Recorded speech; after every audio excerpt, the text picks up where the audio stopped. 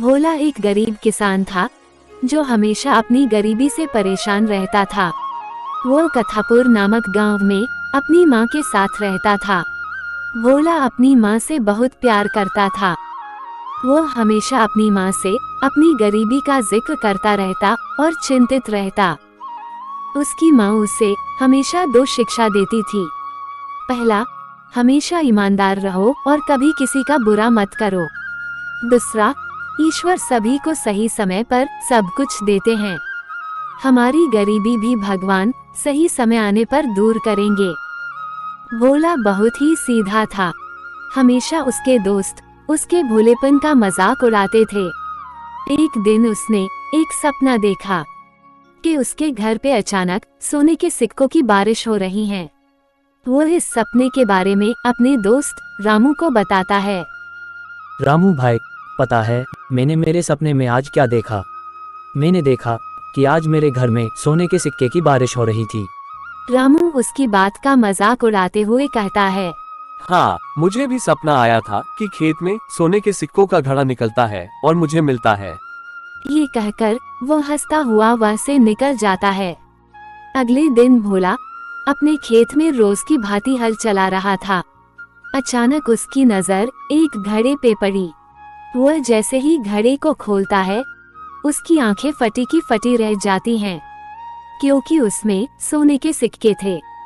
वह बेचारा बड़ा दुखी होता है। उसे लगता है कि ये तो उसके मित्र रामू का सपना था और उसने सोचा कि यह सिक्के रामू को देने चाहिए।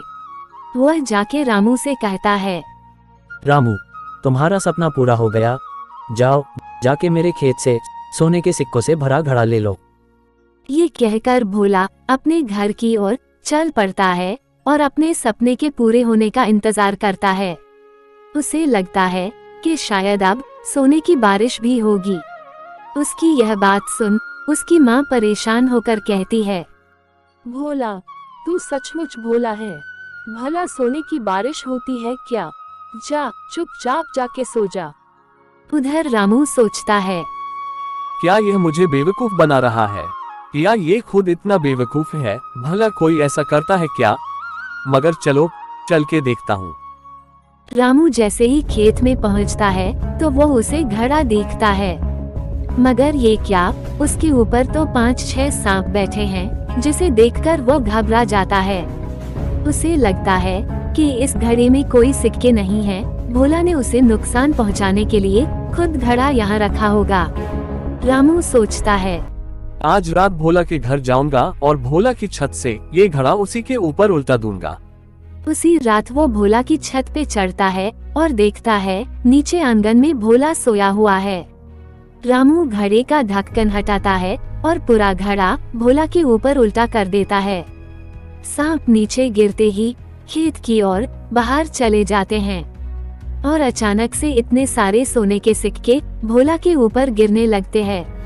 भोला सोचता है, ये क्या हुआ? इतने सारे सिक्के कहाँ से आए? क्या सोने की बारिश हुई?